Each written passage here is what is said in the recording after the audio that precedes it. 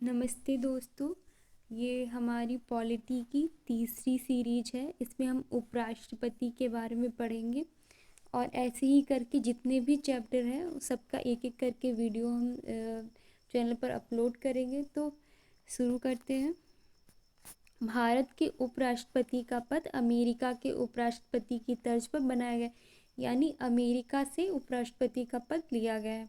आधिकारिक क्रम में यह राष्ट्रपति के बाद, यानी जब राष्ट्रपति हमारा उपस्थित नहीं होता है किसी वजह से, तो उसके स्थान पर उपराष्ट्रपति काम करता है, तो ये सेकेंड नंबर पे आता है पदक्रम पदवरीयता के अनुसार राष्ट्रपति के बाद। संविधान के अनुच्छेद 63 के अनुसार भारत का एक उपराष्ट्रपति होगा और अनुच्छेद 64 के अनुसार वह उपराष्ट्रपति राज्यसभा का पदेन सभापति होता है। जिस अवधि के दौरान उपराष्ट्रपति अनुच्छेद 65 के अधीन राष्ट्रपति कृत्यों का निर्वहन करता है, उस दौरान वह राज्यसभा का सभापति के पद पर कर्तव्यों का पालन नहीं करेगा। यानी जो उपराष्ट्रपति होता है वो राज्यसभा का पदेन सभापति होता है, लेकिन जब वो उपराष्ट्रपति के पद पर कार्य करेगा 65 के अधीन, तो वह सभापति का कार्य नहीं करेगा और उस सभापति की जगह जो राज्यसभा का उप सभापति होगा वह कार्य करेगा। अनुच्छेद 57 के दिन सभापति को जो वेतन भत्ते का हकदार, जैसे जो उपराष्ट्रपति है वो उपराष्ट्रपति का ही वेतन भत्ता पाएगा, ना कि राज्यसभा का सभापति होने का। भारत के उपराष्ट्रपति का चुनाव, इसका चुनाव कौन करता है? लोकसभा और राज्यसभा के सभी सदस्य जो निर्वाचित होते हैं और जो राष्ट्रपति मनोनीत करते हैं, दोनों ही सदन मिलके उपराष्ट्रपति का चुनाव करते हैं। अनुच्छेद 66 के अनुसार उपराष्ट्रपति का जो निर्वाचन है वो राष्ट्रपति के अनुसार ही आनुपातिक प्रतिनिधित्व पद्धति के अनुसार एकल संक्रमणीय मत प्रणाली द्वारा होता है। जैसे कि राष्ट्रपति का चुनाव होता है वैसे ही उपराष्ट्रपति का चुनाव होता है। अनुच्छेद 66 के अनुसार उपराष्ट्रपति पद के लिए योग्यता कितनी होनी चाहिए? 35 वर्ष। जैसे राष्ट्रपति के लिए भी 35 वर्ष होती है, उपराष्ट्रपति के लिए भी 35 वर्ष होती है। और ये जैसे राष्ट्रपति लोकसभा सदस्य निर्वाचित होने के लिए योग्य हो, लेकिन जो उपराष्ट्रपति वो राज्यसभा का सदस्य निर्वाचित होने के लिए योग्य होता है। यह राज्यसभा का सभापति निर्वाचित होने के लिए योग्य हो। भारत के उपराष्ट्रपति राज्यसभा के सभापति के पद के लिए वर्तमान में कितनी है सैलरी? इनकी सैलरी जो होती है वो 4 लाख रुपए। जैसे राष्ट्रपति हैं वो 5 लाख रुपए पाते हैं पर मंथ, लेकिन जो उपराष्ट्रपति है वो 4 लाख रुपए प्रति माह वेतन होता है इनका। उपराष्ट्रपति को उपराष्ट्रपति पद के लिए वेतन प्राप्त नहीं होता, बल्कि इनको राज्यसभा के सभापति के रूप में वेतन प्राप्त होता है। आगे चलते हैं। जो उपराष्ट्रपति होते हैं इनका कार्यकाल कितने वर्ष का होता है? पद ग्रहण करने से 5 वर्ष तक इनका कार्यकाल होता है। अनुच्छेद 67 के अनुसार उपराष्ट्रपति अपने हस्ताक्षर सही लेख द्वारा अगर अपना पद त्यागेंगे तो किसको ये अपना इस्तीफा देंगे? तो ये देंगे राष्ट्रपति को। राष्ट्रपति अगर अपना पद त्यागेंगे तो अपना इस्तीफा उपराष्ट्रपति को देंगे। अनुच्छेद 67 खा के अनुसार उपराष्ट्रपति राज्यसभा के ऐसे संकल्प द्वारा अपने पद से हटाया जा सकेगा जिससे राज्यसभा के तत्कालीन समस्त सदस्यों के बहुमत से, यानी अगर राष्ट्रपति को हटाया जाएगा तो सबसे पहले राज्यसभा इसके लिए प्रयास करेगी। राज्यसभा ही सबसे पहले विधेयक राज्यसभा में पेश किया जाएगा, उसके बाद ही लोकसभा में, और फिर उपराष्ट्रपति को हटाया जा सकेगा। इसमें लोकसभा सहमत है। उपराष्ट्रपति अनुच्छेद 69 में वर्णित प्रारूप में राष्ट्रपति के द्वारा इस निमित्त नियुक्त किसी व्यक्ति के समक्ष पद की शपथ लेता है। यानी जो उपराष्ट्रपति है वो शपथ किसके सामने लेता है? या तो वह राष्ट्रपति के सामने शपथ लेता है या राष्ट्रपति के द्वारा नियुक्त किसी व्यक्ति के समक्ष शपथ लेता है। सबसे पहले हमारे उपराष्ट्रपति कौन थे?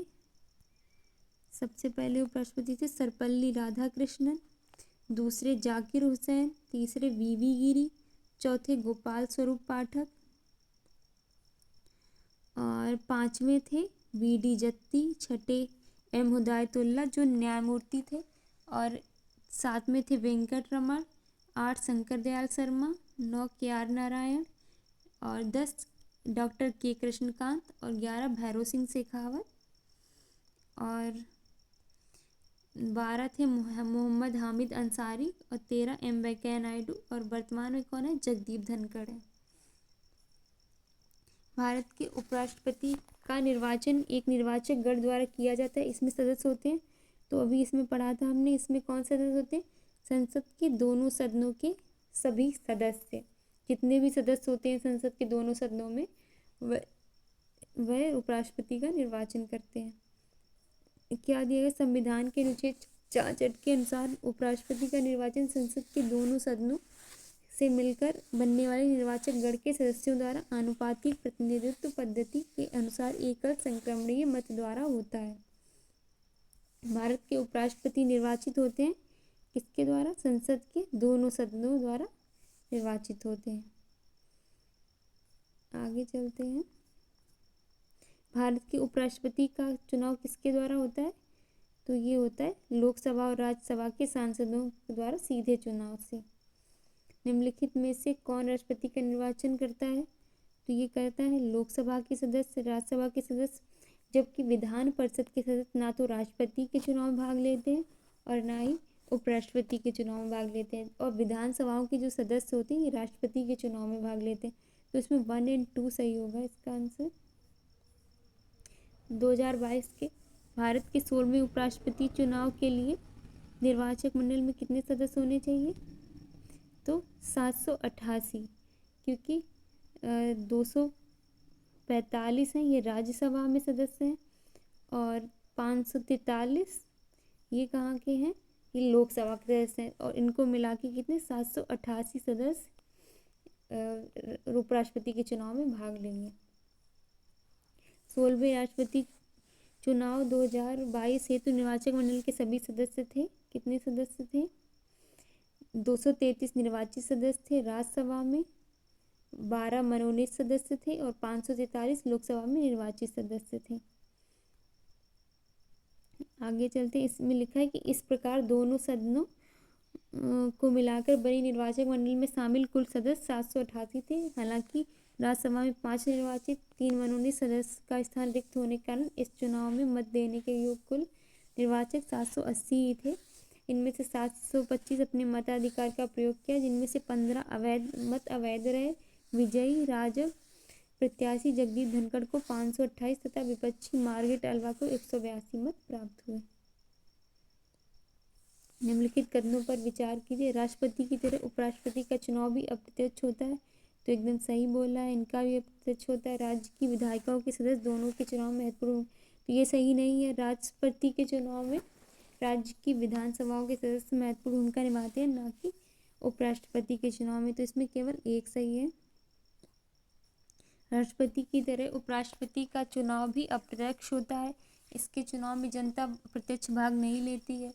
राष्ट्रपति के चुनाव में लोकसभा, राज्यसभा, राज्य विधानसभा तथा दिल्ली एवं पुडुचेरी विधानसभाओं के निर्वाचित सदस्य शामिल होते हैं, जबकि उपराष्ट्रपति के चुनाव में लोकसभा और राज्यसभा की निर्वाचित एवं मनोनीत दोनों ही सदस्य भाग लेते हैं। राष्ट्रपति एवं उपराष्ट्रपति दोनों का निर्वाचन आनुपातिक प्रतिनिधित्व पद्धति के अनुसार एकल संक्रमणीय मत द्वारा होता है तथा ऐसे निर्वाचन में मतदान गुप्त होता है। इस प्रकार कथन 1 सही है और 2 गलत है। यदि कोई राष्ट्रपति निर्वाचित होने का पात्र तभी होगा जब वह राज्यसभा का सदस्य होने के लिए आहरित हो, तो ये एकदम सही बोला है। उपराष्ट्रपति राज्यसभा का पदेन सभापति होता है, ये भी सही है। इसका सही आंसर है ए, आर दोनों सही हैं तथा आर ए का सही स्पष्टीकरण है।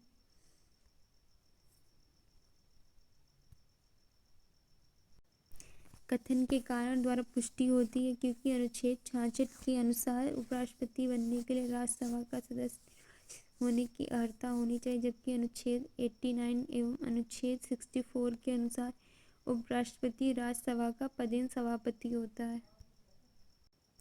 राज्यसभा का सभापति कौन होता है? ये होता है उपराष्ट्रपति। राज्यसभा का पदेन सभापति होता है, ये कौन होता है? उपराष्ट्रपति। फिर आगे कौन सा कथन असत्य है? राष्ट्रपति पद के लिए प्रत्याशी की आयु कम से कम 35 वर्ष होनी चाहिए, तो ये तो सही है। उपराष्ट्रपति राज्यसभा का सभापति बनता है, ये भी सही है। भारत के प्रथम राष्ट्रपति डॉक्टर राजेंद्र, ये भी सही है, लेकिन उपराष्ट्रपति का चुनाव राष्ट्रपति करता है, ये गलत है। उपराष्ट्रपति का चुनाव संसद के द्वारा होता है, ना कि राष्ट्र। संविधान के अनुच्छेद 66 के अनुसार उपराष्ट्रपति का निर्वाचन संसद के दोनों सदनों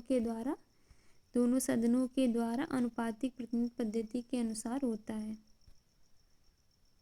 उपराष्ट्रपति से संबंधित, उपराष्ट्रपति बनने के लिए व्यक्ति के पास जनता के सदन का सदस्य निर्वाचित होने की योग्यता है, तो ये तो गलत है। जनता के सदन का नहीं, राज्यसभा के सदस्य होने की निर्वाचित होने की योग्यता होनी चाहिए। किसी राज्य की विधायिका का सदस्य इस पद के लिए उम्मीदवार हो सकता है, तो ये भी सही है, तो ये सही है।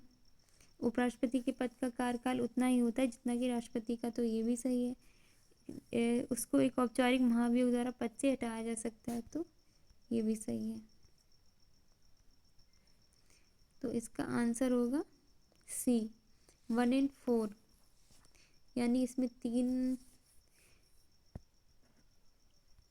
क्या सही नहीं है पूछा है, तो इसमें कौन सा सही नहीं है? उपराष्ट्रपति बनने के लिए व्यक्ति के पास, ये सही नहीं है। और 4, उसे औपचारिक महाभियोग द्वारा पद से हटाया जा सकता है, क्योंकि उपराष्ट्रपति बनने के लिए आवश्यक व्यक्ति के पास राज्यसभा का सदस्य निर्वाचित होने की योग्यता हो, इस प्रकार कथन एक गलत है। उपराष्ट्रपति को राज्यसभा में प्रस्तुत एवं समान बहुमत से पारित संकल्प द्वारा लोकसभा सहमत हो हटाया जा सकता है, इस प्रकार कथन 4 गलत है, जब क्योंकि औपचारिक महाभियोग से विशेष बहुमत की आवश्यकता होती है, अतः कथन 2 और 3 सत्य है।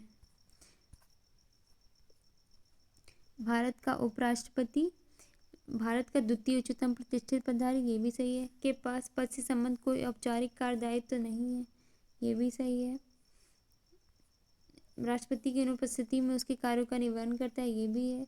राष्ट्रपति की पद त्याग, अपदस्थीकरण अथवा मृत्यु के चलते राष्ट्रपति के रूप में कार्य करता है, ये भी सही, तो ये सभी चारों सही है।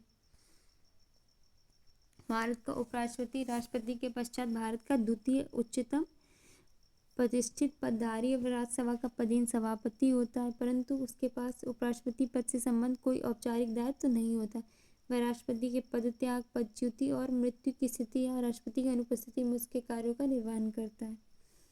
आगे है, यदि किन्हीं कारणों से भारत के राष्ट्रपति की अनुपस्थिति में उपराष्ट्रपति राष्ट्रपति पद के कार्यों का निर्वहन करता है, तो उस अवधि के संबंध में कौन सा कथन सही है? इस अवधि में उपराष्ट्रपति राज्यसभा के सभापति बने, तो ये तो गलत है। अगर वो उपराष्ट्रपति बने रहेंगे तो वो सभापति नहीं रहेंगे। इस अवधि के लिए उपराष्ट्रपति को राष्ट्रपति का वेतन मिलेगा, तो ये भी सही है। इस अवधि में उपराष्ट्रपति त्यागपत्र दे देते हैं तो भारत के मुख्य न्यायाधीश, ये भी सही है। अगर राष्ट्रपति उपराष्ट्रपति अपने पद में उपस्थित नहीं है तो भारत के जो मुख्य न्यायाधीश हैं वो पद का निर्वहन करेंगे, तो इसमें कौन सा सही है? 2 और 3, ये सही है।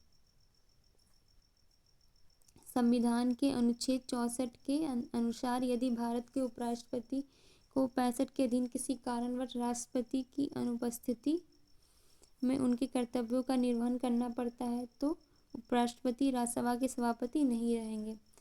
और राज्यसभा के सभापति को पद रिक्त होने की ऐसी अवधि में जब उपराष्ट्रपति राष्ट्रपति के पद के रूप में कार्य कर रहा हो, तो उपसभापति के कर्तव्यों का पालन करता है, तब उपसभापति सभापति के कर्तव्यों का पालन करता है। इस अवधि में उपराष्ट्रपति को राष्ट्रपति की परिलब्धियां मिलेंगी। 1969 के साथ यदि इस अवधि में उपराष्ट्रपति त्यागपत्र दे देते हैं तो भारत के मुख्य न्यायाधीश भारत के उपराष्ट्रपति के पद का निर्वहन करेंगे। आगे है, उपराष्ट्रपति को उसके पद से निम्न में से किसके प्रस्ताव द्वारा हटाया जा सकता है? तो राज्यसभा के प्रस्ताव द्वारा हटाया जा सकता है।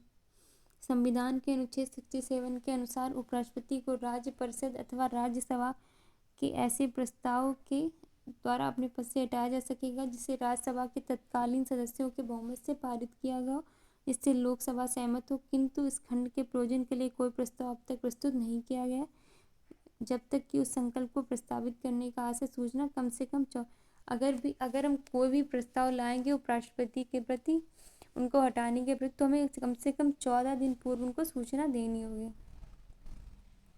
भारत के उपराष्ट्रपति की पदच्युत करने संबंधी प्रस्तावित किया जाता है, तो ये केवल राज्यसभा में। निम्न में से किसकी एक अध्यक्षता ऐसे के द्वारा होती है जो उसका सदस्य नहीं होता? तो राज्यसभा की अध्यक्षता ऐसे के द्वारा होती है जो उसका सदस्य नहीं होता है, यानी कि उपराष्ट्रपति राज्यसभा का सदस्य नहीं होता है। राज्यसभा की अध्यक्षता सभापति उपराष्ट्रपति द्वारा की जाती है, परंतु वह राज्यसभा का सदस्य नहीं होता है। नीचे दिए गए गुणों में महानुभाव उपराष्ट्रपति बनने से राजदूत तथा उच्चायुक्त के पद पर रहे, तो ये कौन रहे? एस राधाकृष्णन और वी गिरी, जो उच्चायुक्त यानी हाई कमिश्नर रहे हैं। इसके आगे जाकिर हुसैन जामिया मिलिया कॉलेज के प्रिंसिपल एवं शिक्षा शास्त्री थे। डॉक्टर एस राधाकृष्णन यूएसएसआर के भारत के राजदूत से। वी गिरी सिलोन में भारतीय उच्चायुक्त के पद पर रहे थे। के.आर. नारायण चीन के राजदूत के पद पर रहे। इस प्रकार बी सही आंसर है। एक कौन थे? एक राधा कृष्णन थे और एक वी गिरी थे और एक थे के.आर. नारायण। आगे है निम्नलिखित में किसने भारत के उपराष्ट्रपति का पद संभाला है? तो किसने संभाला है? मोहम्मद हिमायतुल्लाह ने संभाला है और शंकर दयाल शर्मा ने संभाला है। नीलम संजीवा रेड्डी ने उपराष्ट्रपति का पद नहीं संभाला और फखरुद्दीन अली अहमद ने भी नहीं संभाला। तो इसका आंसर कितना हो जाएगा? 1 और 4। मोहम्मद हिदायतुल्लाह ये जो है ये 79 से 84 तक रहे और शंकर दयाल शर्मा है ये 87 से 92 तक रहे, लेकिन फखरुद्दीन अली अहमद और नीलम संजीवा रेड्डी उपराष्ट्रपति नहीं रहे। निम्नलिखित कथनों में से कौन सा ही नहीं? संविधान संशोधन विधेयक संसद के दोनों सदनों द्वारा अलग अलग विशेष बहुमत से पारित होना चाहिए, तो ये तो सही लिखा है। सर्वोच्च न्यायालय में संविधान संबंधी मामलों की सुनवाई क्रम में कम से कम 5 न्यायाधीशों द्वारा की जाती है, तो ये भी सही है। प्रेस की स्वतंत्रता मूल अधिकार वाक स्वतंत्र और व्यक्ति स्वतंत्रता में सम्मिलित है, ये भी सही है। जाकिर हुसैन भारत के प्रथम, ये गलत थे, प्रथम उपराष्ट्रपति कौन थे? सर्वपल्ली राधाकृष्णन थे। प्रश्न का डी सही नहीं, क्योंकि भारत के प्रथम उपराष्ट्रपति जाकिर हुसैन नहीं बल्कि डॉक्टर एस राधाकृष्णन थे। ये कब तक रहे? ये 1952 से 62 तक इस पद पर रहे। डॉक्टर जाकिर हुसैन भारत के द्वितीय उपराष्ट्रपति कौन थे?